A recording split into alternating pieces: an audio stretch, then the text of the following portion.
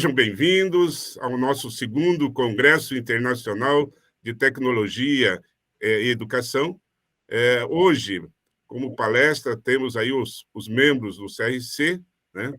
O senhor Caio Martins e o senhor Juliano. Então, rapidamente, para que eles possam fazer essa palestra, eu vou aqui dizer o mini currículo deles, tá? Para que todos possam conhecê-los e dar uma sessão melhor na questão dos assuntos que serão debatidos nessa palestra. Então, do meu lado, eu tenho o Caio Martins dos Santos, ele é contador, empresário contábil, consultor, especialista em auditoria, controladoria e finanças e avaliação de empresas. E negócio do MBA em finanças, professor, palestrante e conferistas em temas ligados à contabilidade e finanças. Seja bem-vindo, Caio. Muito obrigado, professor. É um prazer poder estar aqui junto com vocês, junto com o Juliano, junto com o Marco também, aqui, nosso companheiro lá de conselho, né, delegado aí da regional. É um prazer poder estar falando aqui, dividir essa palestra com o Juliano, né? A gente vai falar de um tema super relevante que eu acredito que está em pauta hoje, né? Que é criptoativos e também o impacto disso na contabilidade, como que a gente mensura, como que a gente analisa. É um assunto totalmente atualizado aí, né? No cotidiano nosso, e que eu acredito que vai somar muito e vai contribuir para todos aqueles que estão aí nos ouvindo e nos prestigiando aqui. Bom, do nosso outro lado, então, nós temos o Juliano Araújo. Juliano, por favor, eu gostaria, como o Caio falou, eu gostaria, então, que você nos dissesse aí o seu mini currículo, por favor, fizesse a sua apresentação, por favor. Tá certo, professor Moreira, muito obrigado pelo convite. É um prazer estar dividindo aqui essa tarde com vocês, com o Caio, nosso conselheiro, com o Marco, nosso delegado lá em Araçatuba. Eu também sou delegado aqui na cidade de Atibaia, falo de Atibaia. Bem, eu sou contador, já esse ano completo 20 anos de formado, sou mestre em Ciências Contábeis pela FECAP, sou doutor em Ciências Contábeis pela Universidade de São Paulo e sou professor do mestrado em Administração da Universidade de Ibirapuera, em São Paulo. E esse tema, contabilidade 5.0, metaverso, criptoativos, né, é um tema bastante destacado, né, na nossa profissão, e espero aí nessa palestra de hoje a gente trocar umas ideias, tentar esclarecer alguns pontos aí que podem ainda estar não muito definidos, né, para os nossos alunos, para os profissionais que estão acompanhando essa apresentação. Ok, Juliano, eu agradeço mais uma vez. Mais uma vez, eu dou boas-vindas para vocês. Agradeço a participação do CRC nesse nosso Congresso Internacional de Tecnologia e Educação. E agora, se vocês quiserem iniciar, por favor, já passo a palavra para vocês proferir a palestra de hoje. Obrigado. Tá, joia, professor. Então, eu vou compartilhar minha apresentação com vocês.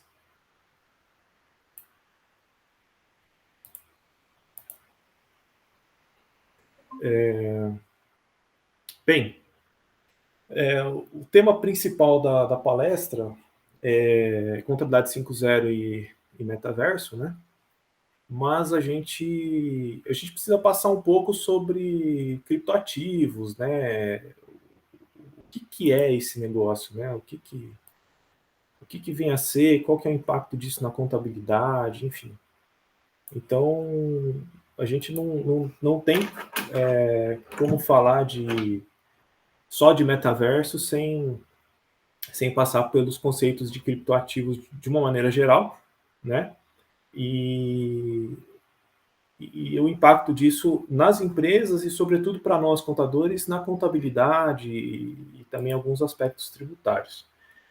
E, normalmente, quando a gente começa a bater um papo sobre esses ativos virtuais, né, esses criptoativos, vem algumas perguntas, né? E essas perguntas elas vão permear a nossa apresentação de hoje. Então, as perguntas são as seguintes, né? Se tem gente comprando com criptos ativos e investindo em criptos ativos, né? Como que se contabiliza isso, né? Aí vem uma segunda pergunta. E como que empresas em El Salvador, por exemplo, que é um país que adotou uma criptomoeda como moeda oficial do país, né, uma moeda corrente do país, contabiliza seus pagamentos se a moeda é só escritural, né? E os pagamentos internacionais, como é que ficam? Fica fazendo conversão o tempo todo, né? Qual que é a paridade que se faz isso? Bem, então, para esse nosso encontro de hoje, nós vamos apresentar, né, de uma maneira breve o que são esses criptoativos, né? Vamos passar pelas criptomoedas, falar um pouquinho de blockchain, falar do DeFi, falar de NFT, tokenização e metaverso, né? E depois a gente vai trazer os aspectos contábeis e os aspectos legais também em relação a esses criptoativos, né? A gente começa trazendo uma definição da Receita Federal sobre o que é criptoativo, né? Isso está na instrução 888 da Receita Federal. Então, para a Receita, criptoativo considera-se a representação digital de valor denominada em sua própria unidade de conta, cujo preço pode ser expresso em moeda soberana local ou estrangeira, transacionado eletronicamente com a utilização de criptografia e de tecnologias de registros distribuídos, que pode ser utilizado como forma de investimento, instrumento de transferência de valores ou acesso a serviços e que não constitui moeda de curso legal. Então, o Brasil, por exemplo, se adotasse uma criptomoeda como moeda de curso legal, a Receita Federal teria que trocar essa definição de criptoativo, porque ela entende que o criptoativo não poderia ser uma moeda de curso legal. E no Brasil, atualmente, de fato, não é, né? Mas essa questão de adotar como uma moeda corrente, a gente vai ver mais adiante. E aí, os criptoativos, eles são divididos, como a gente viu aqui, né, em criptomoedas, em NFT, em tokens e metaverso, né? Tudo isso são criptoativos, são ativos virtuais, né? A gente não pode confundir com ativo intangível, né? Apesar de serem intangíveis, né? O intangível ele tem um tratamento diferenciado. Bem, dentro do grupo de criptoativos, nós temos as criptomoedas, que talvez sejam os criptoativos mais comuns, né? Ou aqueles que a gente mais ouve falar. Provavelmente você tem aí algum colega, algum conhecido, um parente que investe em criptomoedas, né? Compra Bitcoin, acompanha isso, né? Enfim, é uma coisa que de certa forma está popularizada, né? As pessoas investem em criptomoedas e algumas pessoas utilizam criptomoedas como fim de ganho ali em jogos praticados pela internet, né? Pessoas que jogam aí pela internet e fazem jogos online e ganham algum dinheiro em criptomoeda, né?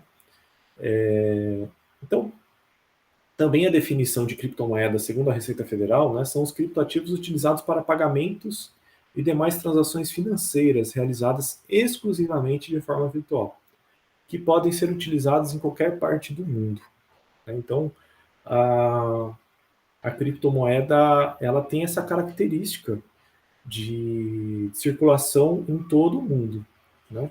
Isso vem bastante de encontro com o momento que a gente já vive há alguns anos de globalização, né? Então, você ter uma moeda comum circulando, ainda que no ambiente virtual, no mundo todo, agiliza ainda mais esse processo de globalização, né?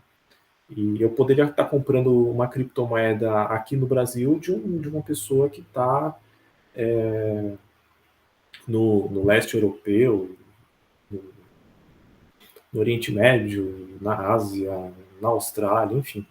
A gente consegue transacionar com todas as pessoas no mundo inteiro, né, através de uma similar corretora de valores, né, um aplicativo que trabalha com a corretagem, né, a comercialização das criptomoedas. E aí, normalmente, quando a gente pensa em criptomoeda, a gente pensa em Bitcoin. Né? A Bitcoin foi a primeira criptomoeda criada no mundo, né, que se tem notícia, né, de criação no mundo. E ela foi criada por uma pessoa, né, que assinava o nome de Satoshi Nakamoto, mas dizem que não é o nome verdadeiro dessa pessoa, né? E ela criou a Bitcoin, né? E aí eu trago essa figura do white paper, porque o white paper ele é uma espécie de um estatuto, um regulamento. Se a gente trouxesse para um fundo de investimento, ele seria aquele folder do fundo de investimento onde a gente tem todas as regras bem claras de como se porta a moeda, né? De como funciona a moeda. Né? Então, por exemplo, você tem regras de quantidade de bitcoins disponíveis. Né? A gente pode pensar que uma bitcoin ou uma criptomoeda ela é infinita. Não é. Toda criptomoeda ela é finita. Então, nesse white paper, nesse estatuto, entre aspas, a gente tem a previsão de quantas unidades da criptomoeda serão descobertas. Né? Por que a gente usa esse termo descoberta? Na verdade, o termo correto seria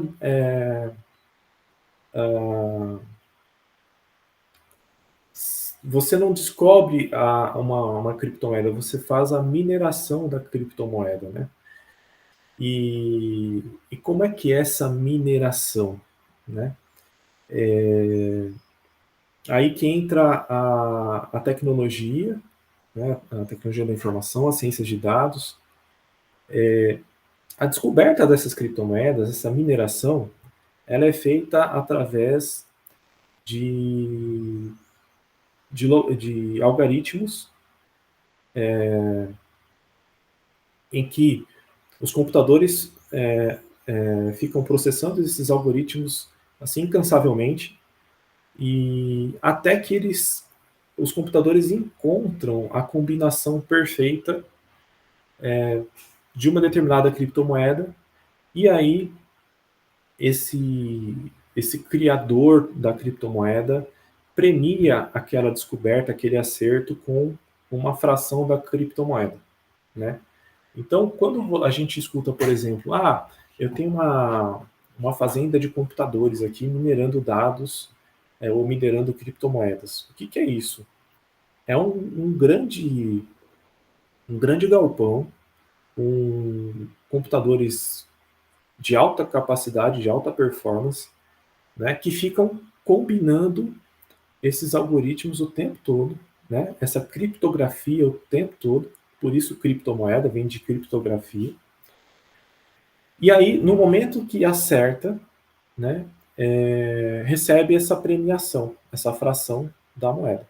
E aí você ganha essa fração da moeda, né?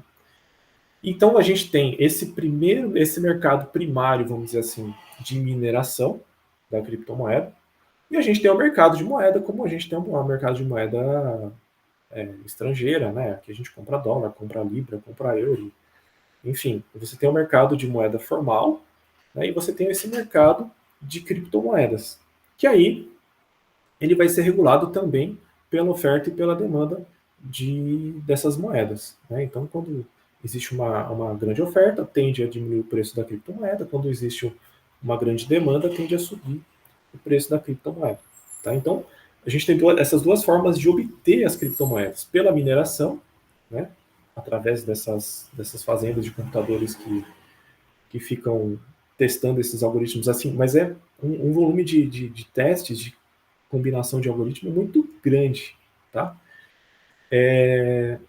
E você pode comprar, adquirir as criptomoedas no mercado através das corretoras, né? Equivalente às corretoras de valores.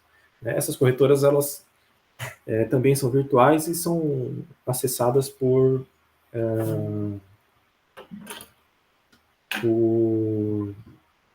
aplicativos, né? Bem, quando a gente pensa nas criptomoedas, né, a gente tem alguns, né? Aqui a gente tem os principais tipos, né? Ou as principais criptomoedas, as mais negociadas, né? Aqui eu fiz uma busca junto ao pessoal da XP. E aí a mais famosa, né? A Bitcoin, que é a primeira e a mais famosa. Né? Aí você tem a Bitcoin Cash, a Ethereum, a Litecoin, a Dogecoin, a Ripple, a Tether, a Cardano, a Polkadot e a Binance Coin. Né? Essas são as principais, mas tem um monte de criptomoeda. Né? Tem uma infinidade. E essa coisa de mineração, a gente chamar de mineração, acho que é um conceito importante para a gente deixar claro, deixar as pessoas sabendo, né? É uma curiosidade, né? Mas por que mineração? Né? A ideia vem de minerar o ouro mesmo, né? Quando a gente pensa numa mina de ouro, de exploração de ouro, a gente tem aquele cenário de escavação, né? Dos mineradores estarem ali cavando a terra, procurando minério ali, que é uma fraçãozinha do minério de ouro que você tem ali uma grande quantidade de terra, né? Então, a mineração das criptomoedas é mais ou menos isso. Você fica naquele cálculo, né, incansável de algoritmos, de criptografia, né, até você encontrar a combinação perfeita que vai te dar uma fraçãozinha da moeda. Né? Então, por isso, do termo mineração também. Certo? Bem, caminhando, né, um outro termo que a gente encontra bastante quando a gente fala de criptoativos é a blockchain. Né? A blockchain, ela é uma cadeia de transações. Né? E aí fica um pouco mais fácil da gente identificar, né, nós contadores, entendermos o que é a blockchain, porque ela é uma espécie de um livro-razão, onde todas as transações são registradas nesse livro-razão. Né? Então você encontra as transações feitas de ponta a ponta, né? Então quem comprou e quem vendeu, ou quem vendeu e quem comprou. A gente encontra a criptografia que garante a efetividade daquela transação, né? Que garante que aquela transação ela é de verdade, né? Então a criptografia ela garante essa veracidade da transação e ela é transparente. Né? A blockchain é uma forma de garantir que todas as transações efetuadas estão à disposição de quem desejar consultar a transação. Né? Então, por isso que existe essa confiança entre as partes que negociam as criptomoedas, os criptoativos. Porque toda transação ela é transparente. Né? Apesar de todas as transações com criptomoedas, elas têm uma característica que as difere das moedas convencionais. As criptomoedas, elas não são reguladas por nenhum governo. Né? Quando a gente compra dólar, quando a gente compra euro, ou qualquer outro tipo de moeda tradicional, a gente compra de uma pessoa que está vendendo, nós estamos na posição de comprador, mas nós temos um terceiro agente, né, que é o agente regulador. Né?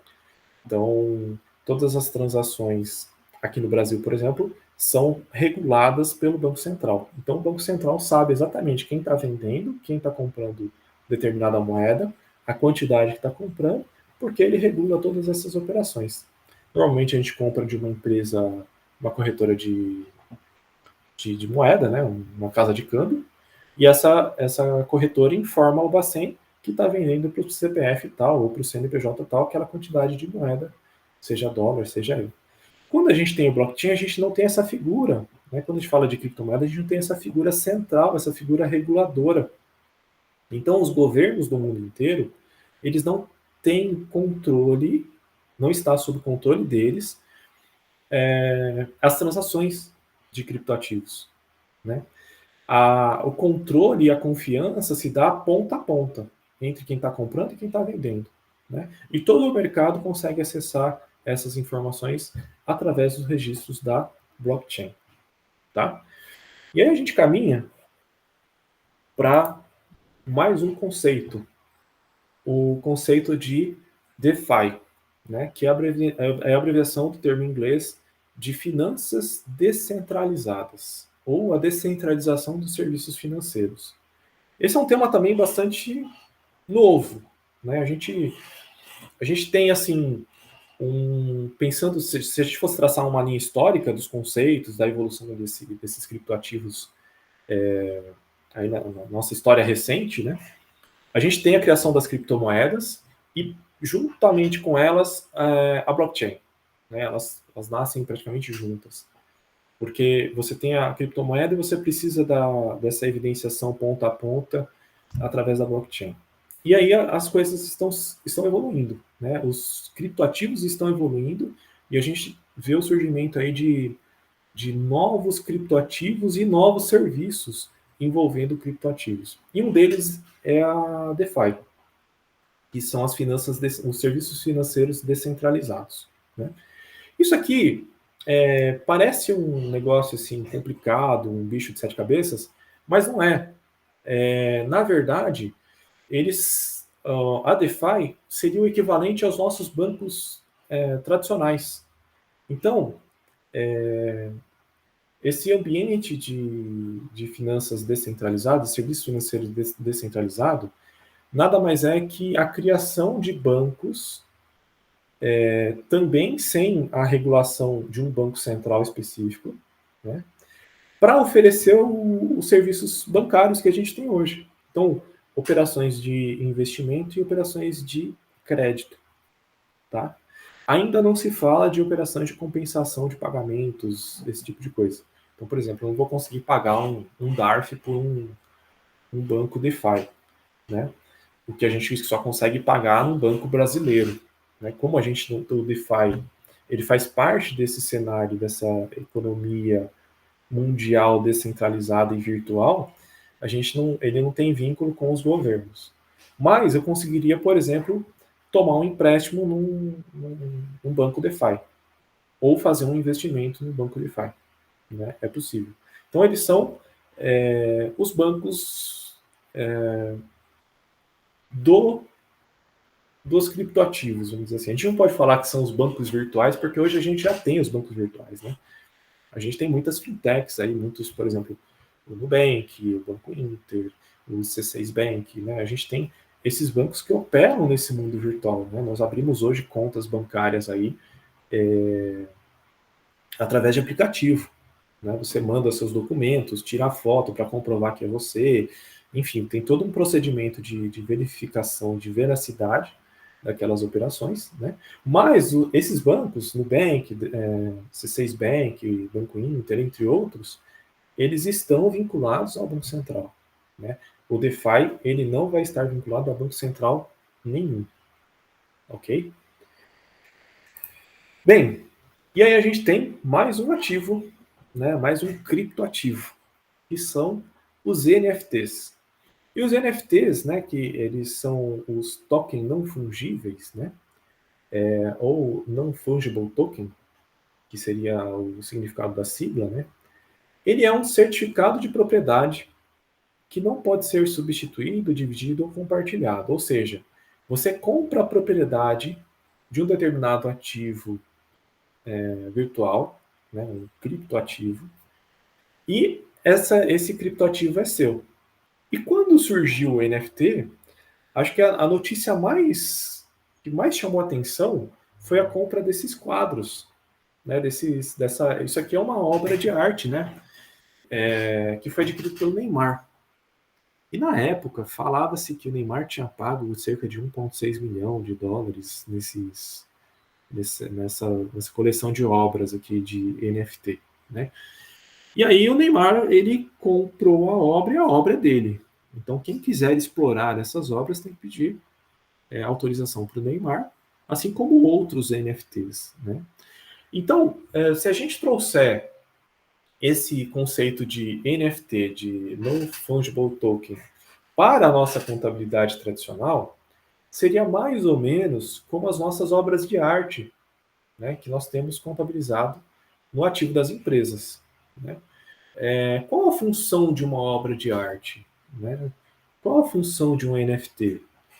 Você ter a propriedade, você ter a titularidade e você explorar essa titularidade, né? Como um ativo, né? Como conceito de um ativo, espera-se que esse NFT e essa obra de arte, né, gere fluxo de caixa futuro, né? Então, por isso que você mantém no seu ativo. Então, esses macaquinhos aí estão no ativo do Neymar, né?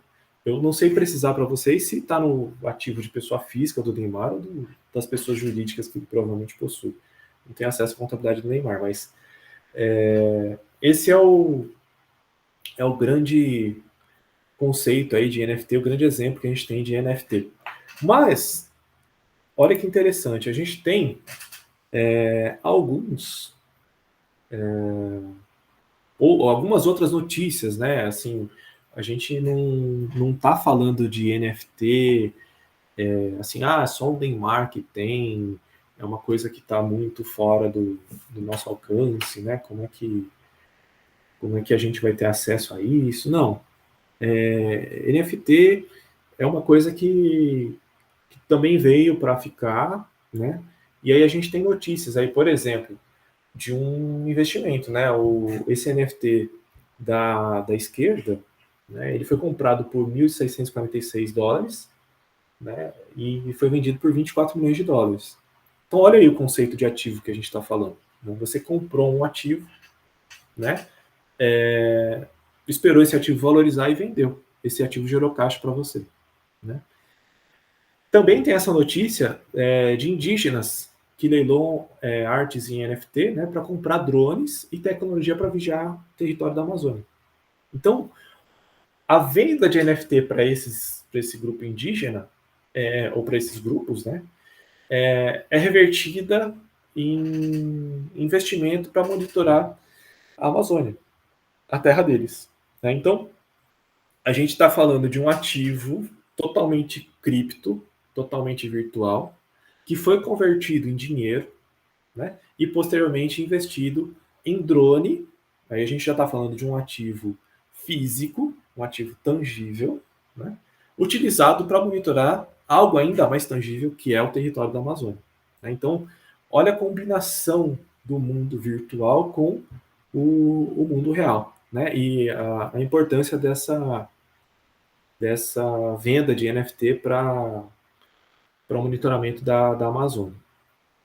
Aí a gente tem mais um conceito de criptoativo, que é a tokenização.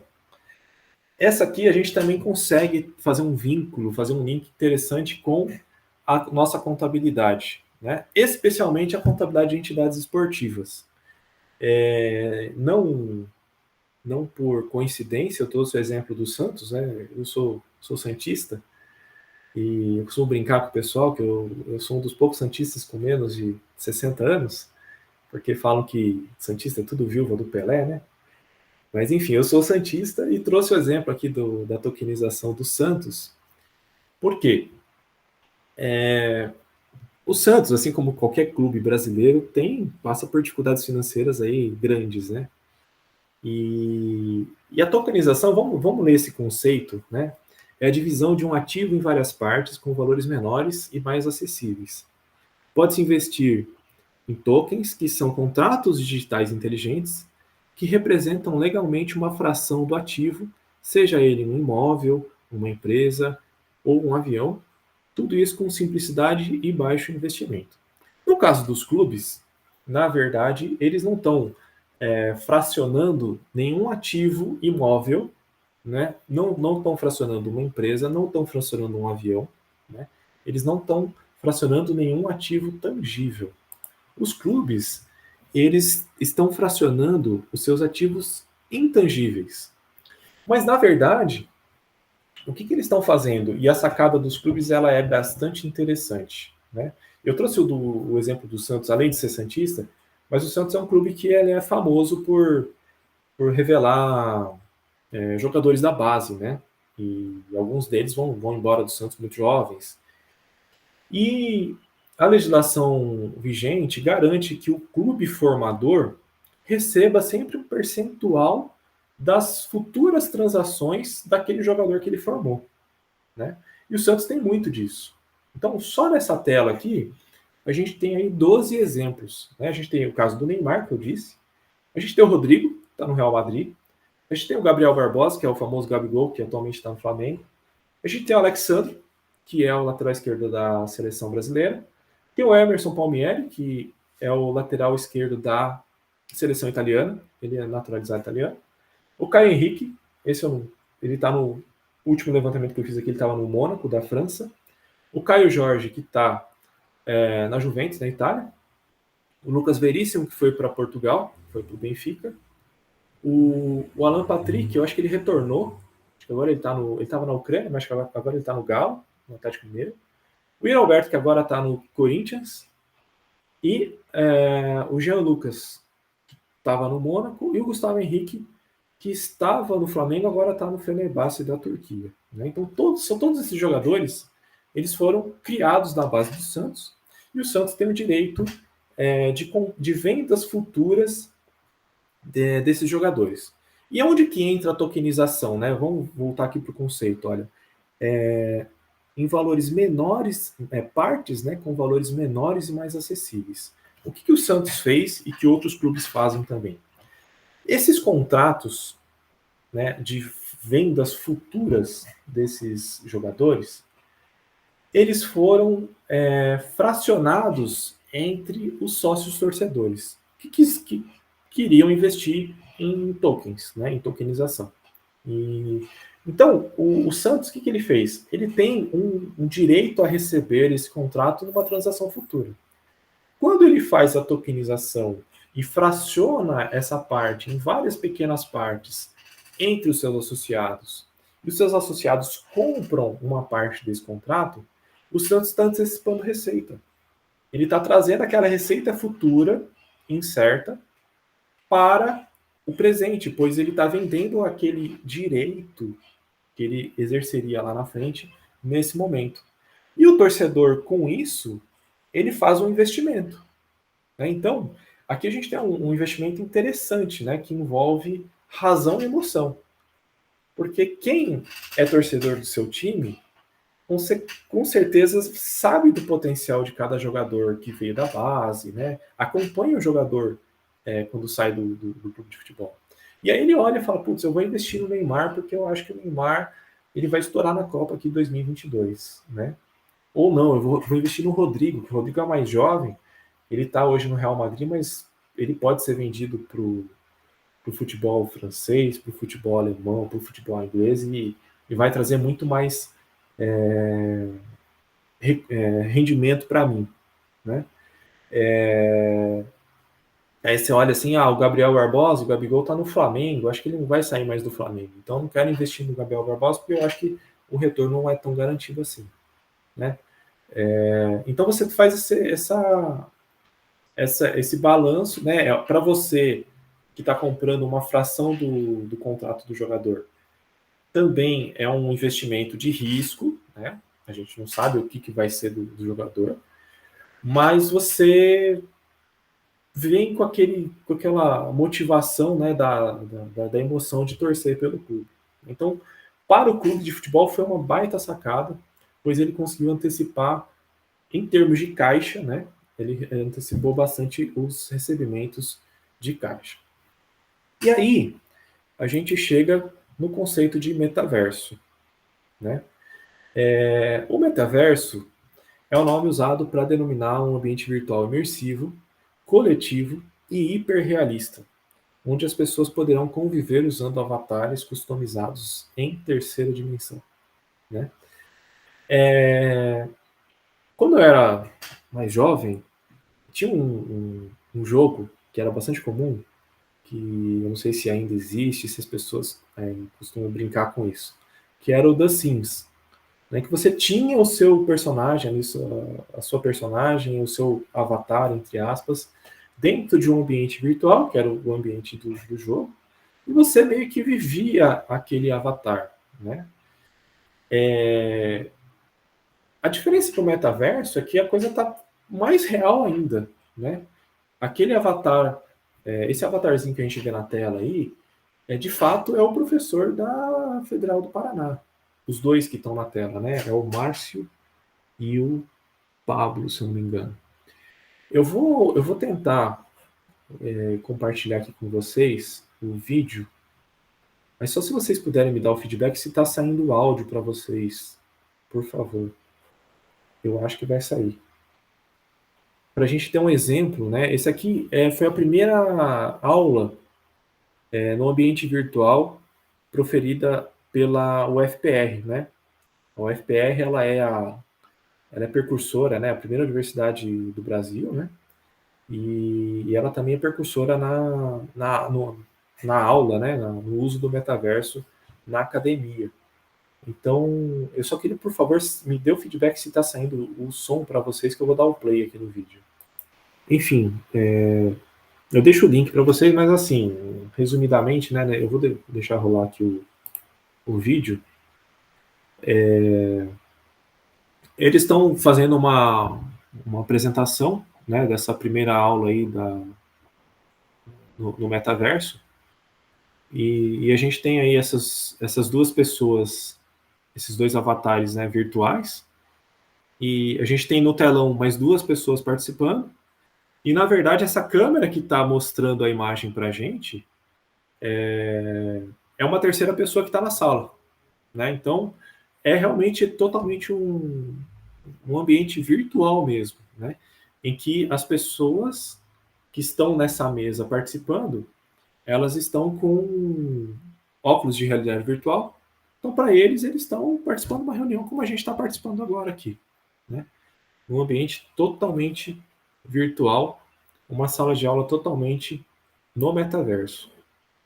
Então, vamos dar sequência aqui na nossa apresentação. E aí a gente tem o crescimento do metaverso, né? A gente tem notícias vinculadas aí do início do ano, né?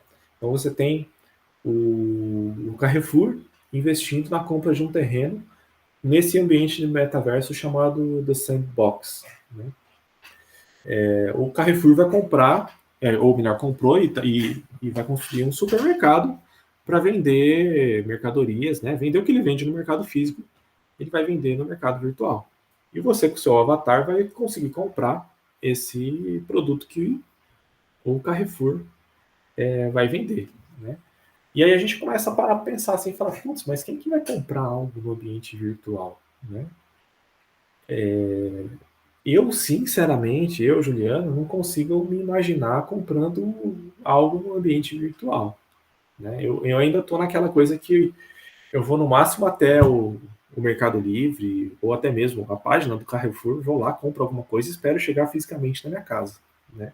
Eu ainda não consegui materializar essa compra no ambiente virtual. Mas eu acho que é um negócio que é sério. Por quê? Quando a gente olha uma notícia dessa, de que a Price, uma das 4 maiores empresas de auditoria do mundo, comprou um terreno virtual e vai construir um escritório para trabalhar no ambiente virtual do Sandbox também, você começa a fala, putz, auditoria no ambiente virtual, o negócio parece ser sério, né? E aí a gente tem essa outra notícia, né, que o metaverso até 2023 pode movimentar 800 bilhões de dólares. É muita coisa, né? Cerca aí de 4,5 trilhões de reais. Aí você também escuta a notícia de que a Nike comprou uma fábrica de tênis virtual, né? Então, Alguém lá no passado foi lá, montou uma fábrica virtual de tênis, a Nike foi lá e comprou para chegar, né, ser uma das pioneiras no metaverso.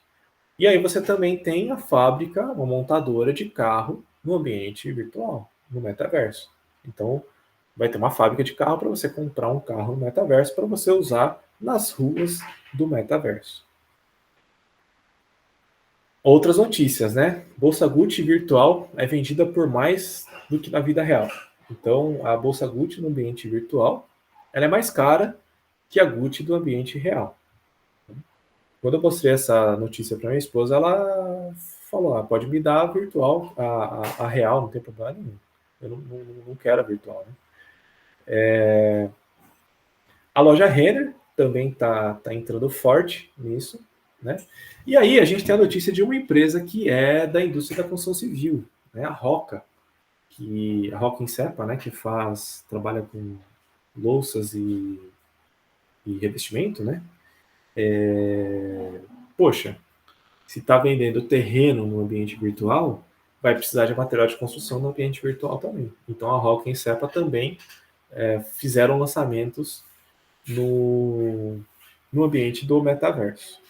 Tá? Então, essa é a primeira parte, né, da nossa apresentação, em que a gente traz aí os conceitos desses criptoativos.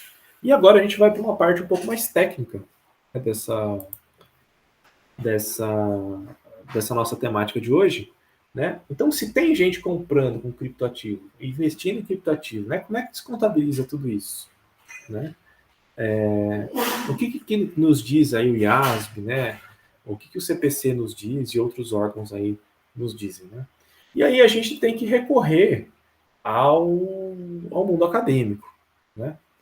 E aí a gente tem algumas pesquisas aqui. A gente desenvolveu uma pesquisa, né, que foi publicada na revista ENIAC de Pesquisa, o ano passado, né, em que a gente investigou se existia evidenciação, né, segundo a teoria do disclosure voluntário, nas empresas brasileiras, sobre movimentação com criptomoeda, considerando o período até 2020, né?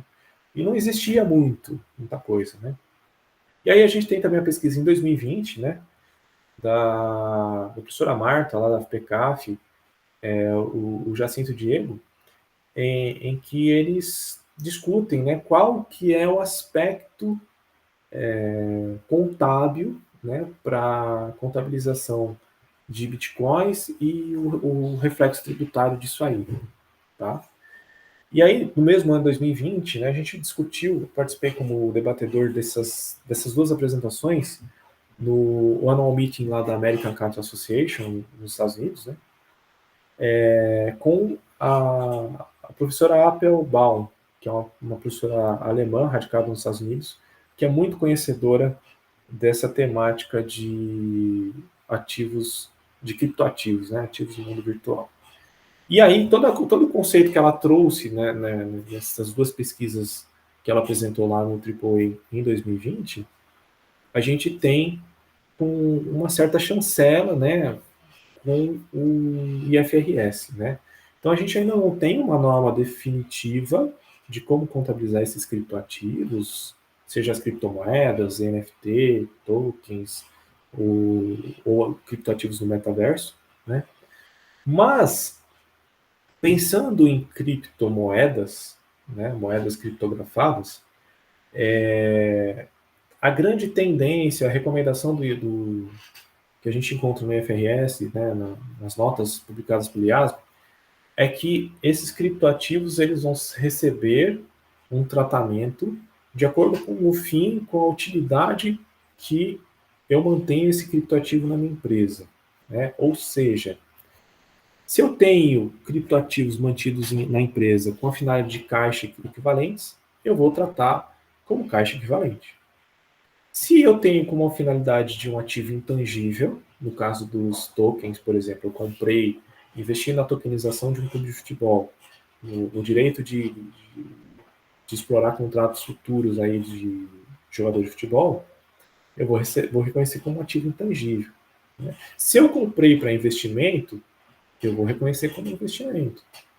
Se eu comprei para revender, eu vou reconhecer como estoque. Então, suponhamos, eu fui lá no ambiente virtual e montei uma loja de material de construção virtual. E aí eu vou comprar da Roca e da Insepa e vou manter em estoque para vender. A contabilização vai ser a mesma, né? E se eu comprei com um fim de imobilizado, eu vou reconhecer isso na minha contabilidade como imobilizado. E aí, quando a gente consegue qualificar esses criptoativos de acordo com o fim que a minha empresa, que a minha entidade vai dar para eles, fica mais fácil. Por quê? Porque aí eu aplico as normas já vigentes, né? Então, por exemplo, se eu estou falando de caixa equivalente de caixa, eu tenho que tratar a luz do IAS 32 e do IAS 21. Se eu estou falando de investimento, eu tenho que tratar como prevê o CPC 48. Se é imobilizado pelo CPC 27, se eu estou pensando em estoque pelo CPC 16, e se é um intangível pelo CPC 4. Então, a grande dificuldade está, talvez, em definir a finalidade desse ativo. Né? A empresa definiu, aplica o CPC correspondente. Ainda não existe uma norma específica para criptoativo. O criptoativo está sendo incorporado à contabilidade da empresa de acordo com a sua natureza, como se ele fosse um ativo real, vamos dizer, vamos adotar esse termo. Bem, aí a gente vai para a segunda pergunta, né, que é a questão de você utilizar como moeda funcional. Né? O que eu faço? Do ponto de vista contábil, o que o contador tem que se preocupar? Tem que se preocupar em aplicar o IAS 21, certo? É aplicar o IAS 21, não tem dificuldade, tá? Mas vamos contar um pouquinho aqui a história de El Salvador, né? Então, ele é o primeiro país que a gente tem notícia de adotar uma criptomoeda como moeda oficial, né? Isso aconteceu lá em setembro de 2021, um ano atrás, mais ou menos. E o governo de El Salvador comprou e incluiu no Tesouro Nacional 1.801 unidades de criptomoeda, no caso, a Bitcoin. Na época, era cerca de 68,8 milhões de dólares, né? O que equivalia a 2% das reservas nacionais. O governo previa, né, planejava a emissão de títulos públicos, né, títulos da dívida pública, na casa de $1 bilhão, lastreado nessa reserva do Tesouro Nacional deles. Né? Porém, esses títulos de El Salvador, eles tinham vencimento em 2023, eles perderam 23% de valor desde o seu lançamento, né? Que aconteceu lá em 2021, em junho de 21. Né? E aí, a gente tem um outro problema, porque El Salvador é um país que apresenta um grande índice, um grande risco de inadimplência, né? Cerca de 35%. Então, o investimento em El Salvador, em títulos da dívida pública de El Salvador, é um investimento de alto risco. Né? O que acontece? Quando um país lastreia parte do seu tesouro em criptomoeda, a criptomoeda, para quem já trabalha com criptomoeda, percebe que ela oscila demais, é extremamente volátil. Né? Então, quando sobe muito, quando desce muito. Né? E no começo do ano, a gente tinha aí uma perda de aproximadamente 27%, porque a Bitcoin oscilou para baixo. Né? Então, isso faz com que o risco de investimento em títulos de El Salvador aumente mais ainda. Então, acaba comprometendo mais ainda a economia do país. E quando a gente pensa em operações, né? Operações diárias ali, como é que fica, né? Aí eu vou trazer para a nossa realidade brasileira. Né? Aí a gente se apoia na Instrução Normativa 1888 de 2019 da Receita Federal. Né? O que a Receita Federal, a instrução prevê que a gente faz? Que haja conversão primeiro de Bitcoin para dólar e depois de dólar para real. Né? Isso não é novidade nenhuma. Né? Quando você viaja, por exemplo, para o exterior e você utiliza seu cartão de crédito numa compra no exterior, se você está, por exemplo, na União Europeia, você pagou em euro. A fatura aqui no Brasil você vai pagar em real. Mas quando você consulta a fatura, você nota que o euro foi convertido em dólar e o dólar foi convertido em real. Né? Então, segue-se a mesma loja, a mesma lógica, desculpe. Você converte Bitcoin em dólar e depois converte em real. Tá? A qual taxa? A OPTEX do Banco Central do Brasil de venda no dia da operação. Tá?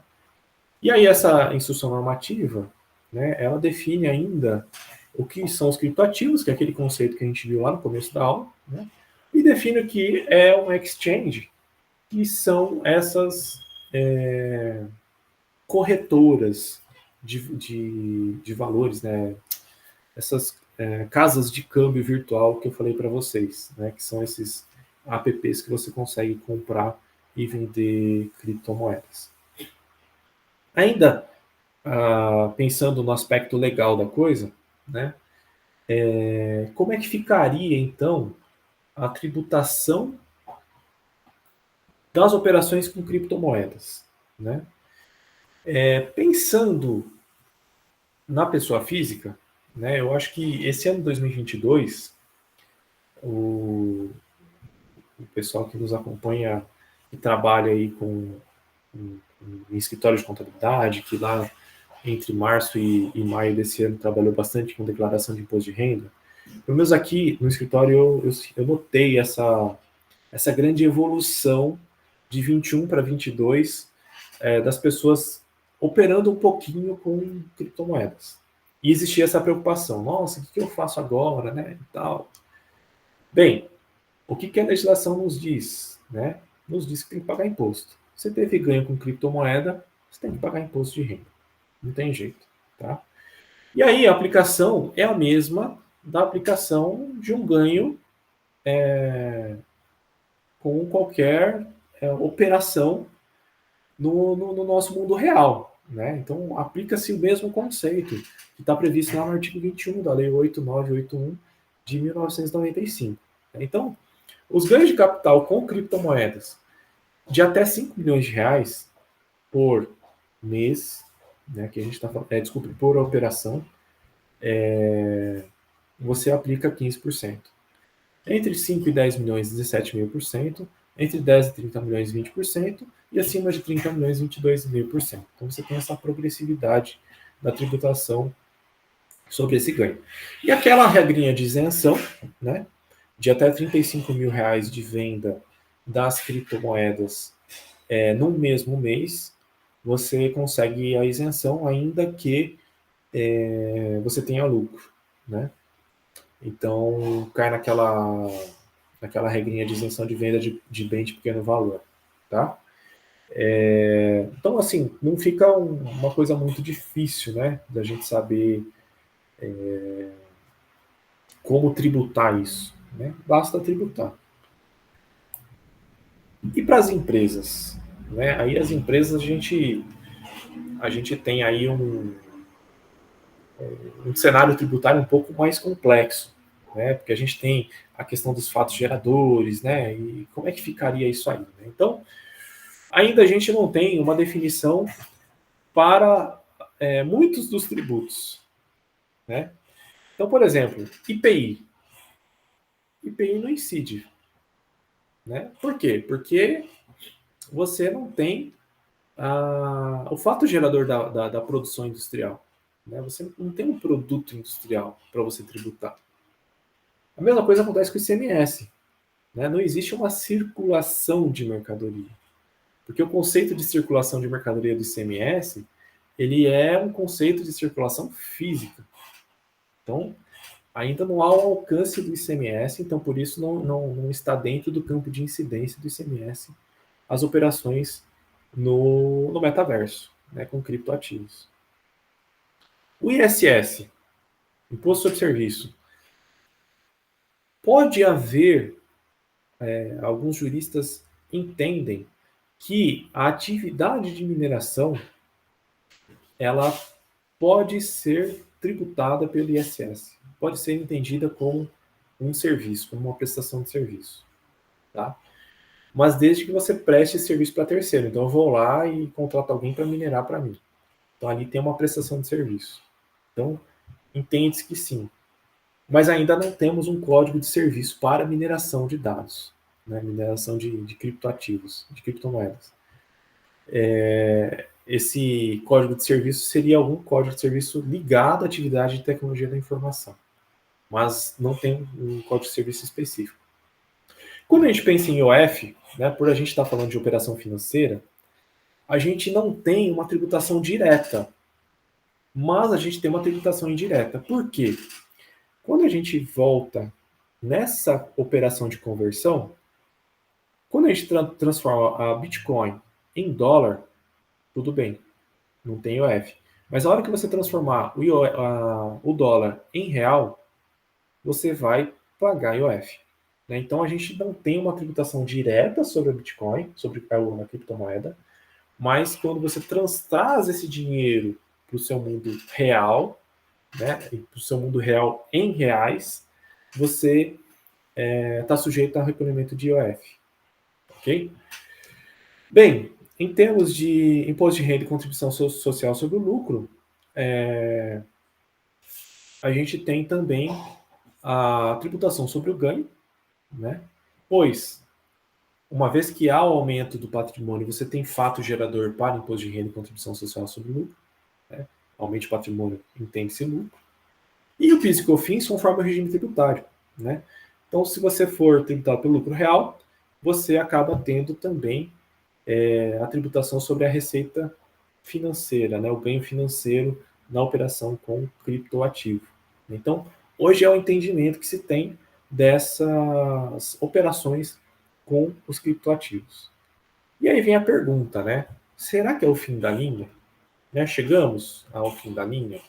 Então, temos aí as criptomoedas, temos aí os terrenos e as operações do metaverso, temos as NFTs, temos os tokens, né? Tudo isso controlado pela blockchain. Acho que temos aí um cenário que a gente vai viver alguns anos ainda. Bem, eu acredito que não. Né? A gente tem alguns conceitos, né, que vêm surgindo no mundo virtual, né?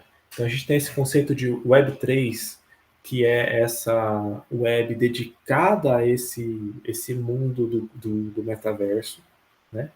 A gente tem as ITCs, que as ITCs elas são, fazendo um comparativo com o nosso mundo real, elas são as NCMs para tudo aquilo que acontece no mundo virtual. Né? A NCM para a gente é a nomenclatura comum do Mercosul. Então, todos os itens que as empresas transacionam entre elas, né, importação, exportação e até mesmo serviços, recebe uma NCM, no caso de mercadoria, e a nomenclatura de serviço também comum nas operações internacionais. As ITCs foram criadas para classificar, para trazer uma nomenclatura comum às operações no mundo do metaverso, né, no ambiente totalmente virtual. Tá? E aí a gente tem também a criação das stablecoins. As stablecoins são as moedas dos países no mundo virtual. Né? E aqui vem então seria assim, como se a gente tivesse uma Bitcoin, uma criptomoeda de real, uma criptomoeda de dólar, né? Como se os países ofertassem as suas moedas também no ambiente virtual. Mas aí eu pessoalmente acho que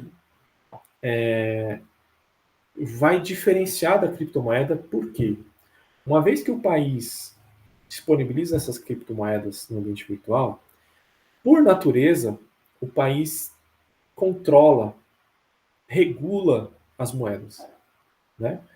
E uma característica da criptomoeda é justamente não ter regulação, né? Então, eu acho que as stablecoins talvez demorem para entrar em operação. Eu não sei se ela vai se materializar com tanta facilidade como vem se materializando os outros ativos no ambiente virtual, né?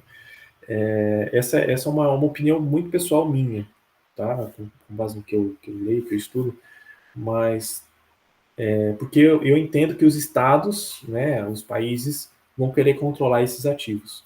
E aí vai perder uma característica essencial das criptomoedas, que é a descentralização, tá?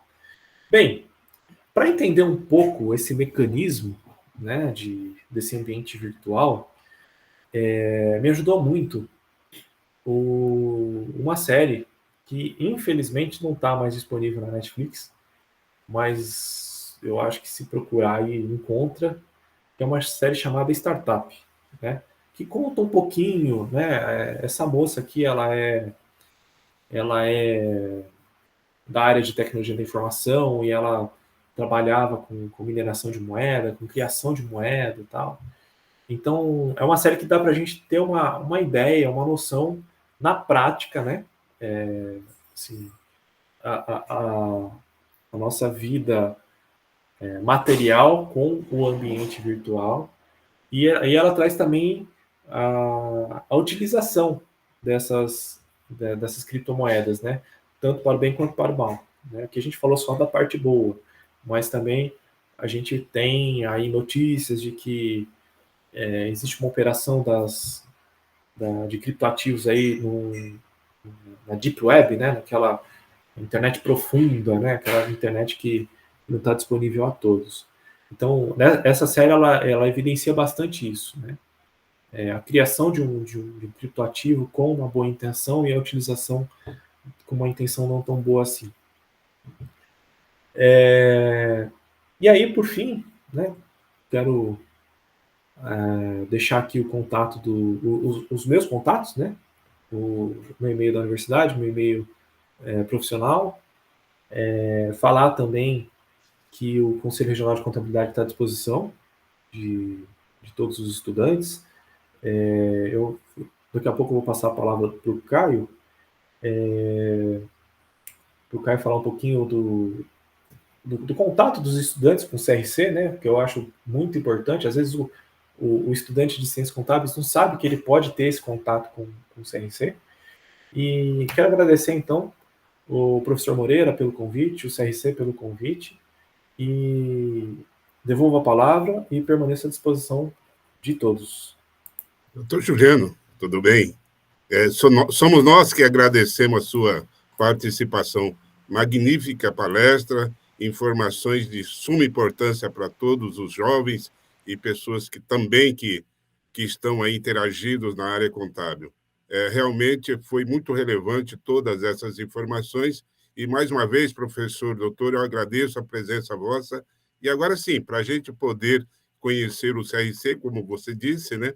O Caio agora vai proferir algumas informações para nós. Obrigado mais uma vez. Depois eu lhe chamo para fazer umas considerações finais. Obrigado. Juliana, excelente palestra. Professor, também, obrigado aí pela essa disponibilidade aí de estar trazendo aqui o Conselho Regional de Contabilidade para falar com os estudantes sobre tecnologia, sobre criptoativos.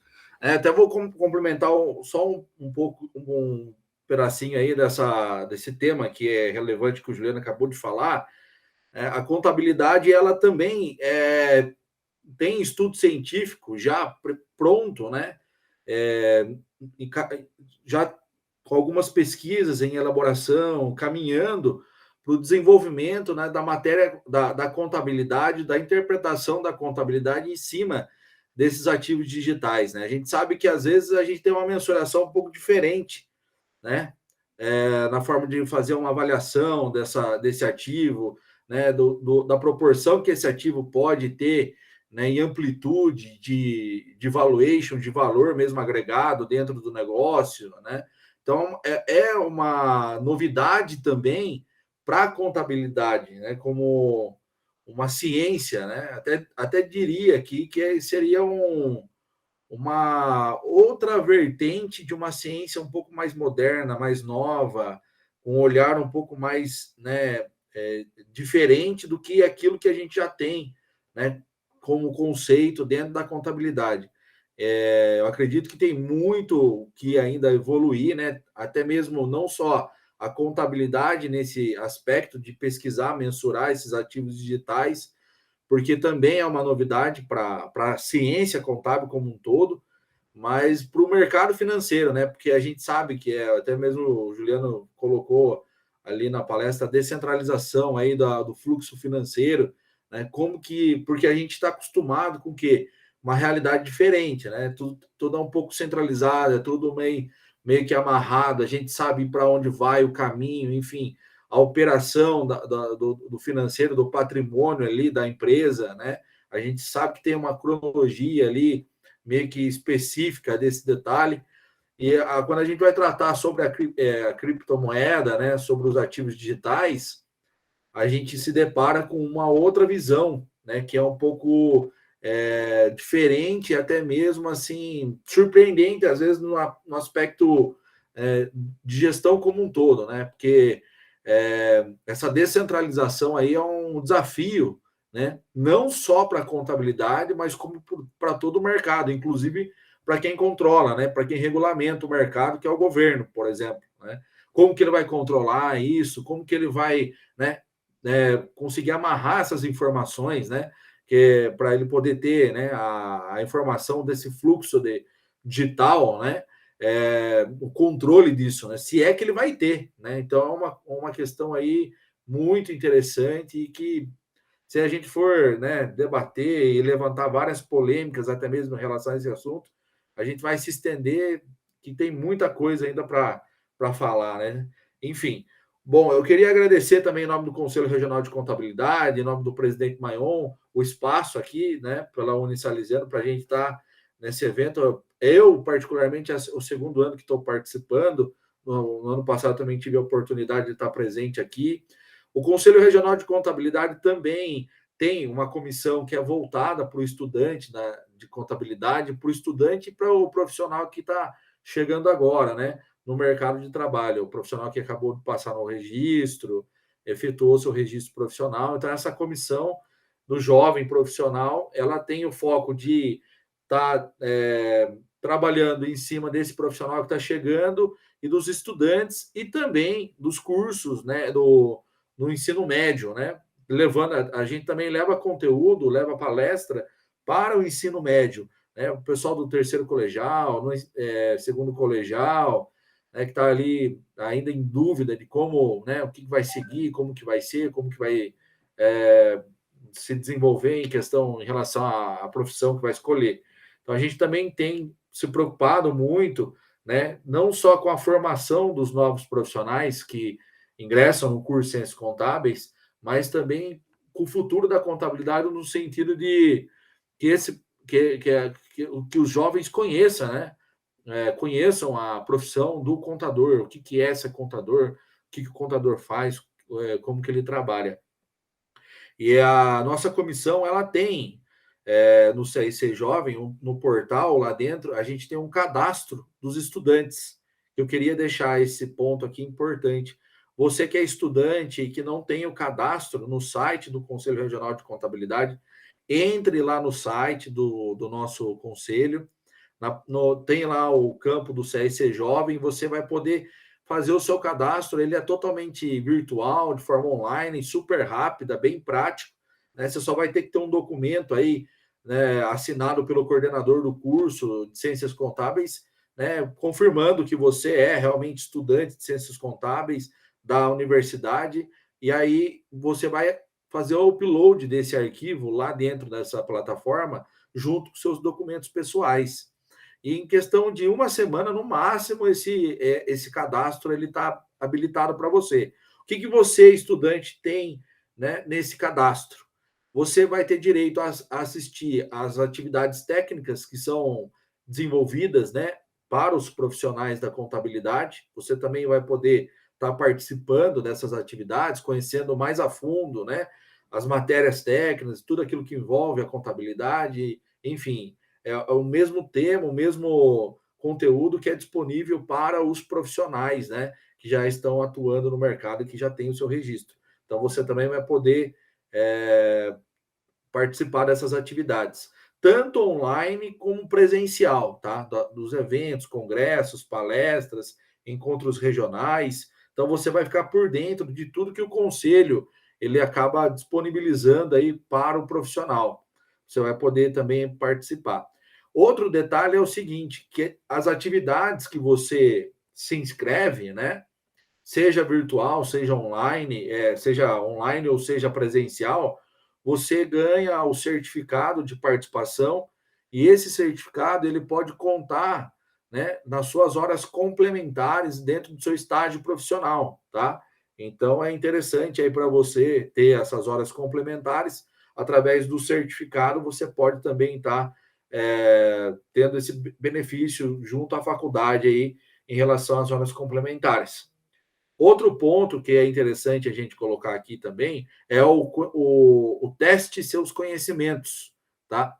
O que é o teste seus conhecimentos? A gente desenvolveu dentro da plataforma do Conselho Regional de Contabilidade do Estado de São Paulo uma espécie de um exame de suficiência, de um teste lá, né, de uma prova digital do exame de suficiência para você, estudante que está aí, né, concluindo o curso e que vai prestar a prova aí do exame de suficiência para poder ter o registro, né, profissional, para poder atuar como contador no mercado de trabalho. Então, a gente tem essa plataforma, que é o Teste Seus Conhecimentos, onde você pode estar fazendo um simulado lá, né? É equivalente a uma prova mesmo do exame de suficiência. Ela é totalmente digital, né? Onde você vai selecionando lá as questões que você acha que é a verdadeira, que é a correta, e no final desse teste seus conhecimentos, sai a avaliação de como você está, né? Então, você vai saber se você está apto já, se você está indo bem, quais são as matérias que você está melhor, ou as matérias que você não ainda precisa estudar um pouco mais.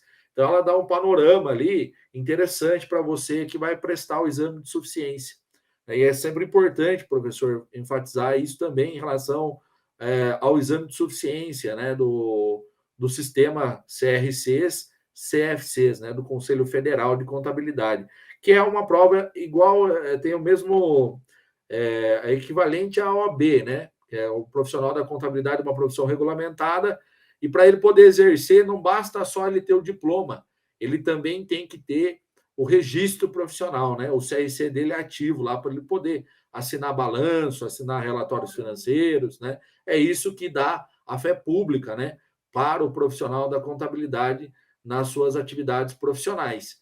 Então, você, estudante, não deixe de acessar, né, essa plataforma, faça o seu cadastro, você vai ter diversos conteúdos enriquecedores, igual esse que a gente teve aqui com o Juliano, que é sobre criptoativos. Lá a gente tem outras atividades totalmente atualizadas, temas super modernos, super novos, né? Tudo que está em evidência aí na profissão da contabilidade, a equipe de desenvolvimento profissional vem trabalhando incessantemente para poder atender essa demanda e essa gama de profissionais aí da contabilidade. Outra coisa que eu queria deixar aqui, né, já concluindo a minha fala, é para você, profissional, estudante, profissional da contabilidade que está assistindo aí, né, a nossa atividade, seguir as páginas do Conselho Regional de Contabilidade, né? O Facebook, Instagram, YouTube, se inscreva no YouTube, né? Lá você vai ter diversas atividades que estão disponíveis lá de forma gratuita e online lá para qualquer pessoa que queira acessar a plataforma do YouTube. Tem vários temas lá técnicos, né? De palestras, seminários, tudo lá na plataforma do YouTube. E siga para você ficar atento, né? Ver atualizado, né, com aquilo que o Conselho Regional de Contabilidade proporciona, vem proporcionando aí para você, profissional.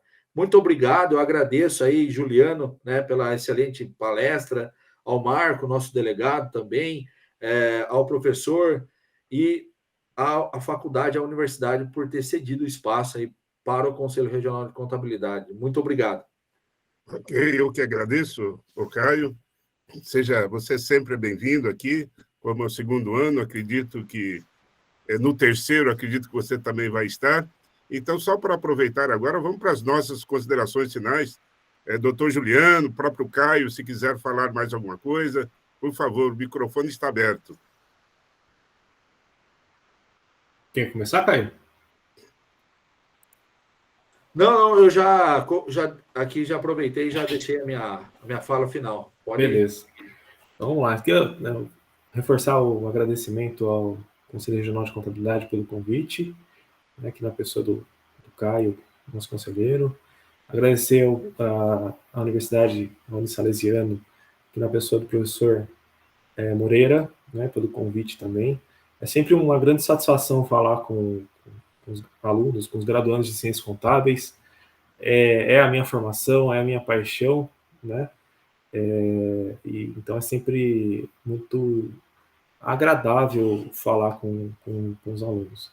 E me coloco à disposição da universidade,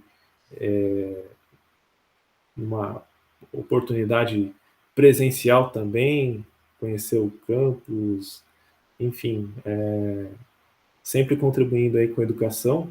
E uma mensagem final para os alunos de nunca desistirem, né? A contabilidade, a profissão contábil é uma profissão extremamente gratificante, uma profissão rica no sentido não só monetário, mas no ganho não financeiro também é bastante interessante.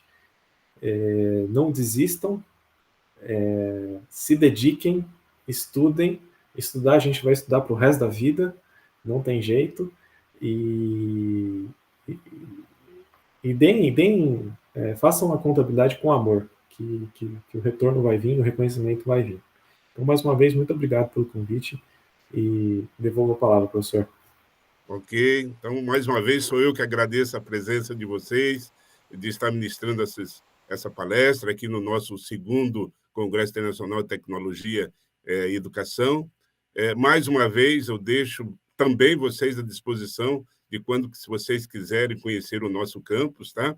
É claro que nós faremos ainda um evento presencial e eu vou fazer o convite, né, para que vocês possam estar conhecendo. Então, mais uma vez, eu agradeço a presença de vocês e eu espero que vocês tenham sucesso, né? Mais que vocês já têm, mas muito sucesso e muito profissionalismo é o que nós precisamos nessa nossa linda área que nós escolhemos para atuar. Muito obrigado a vocês.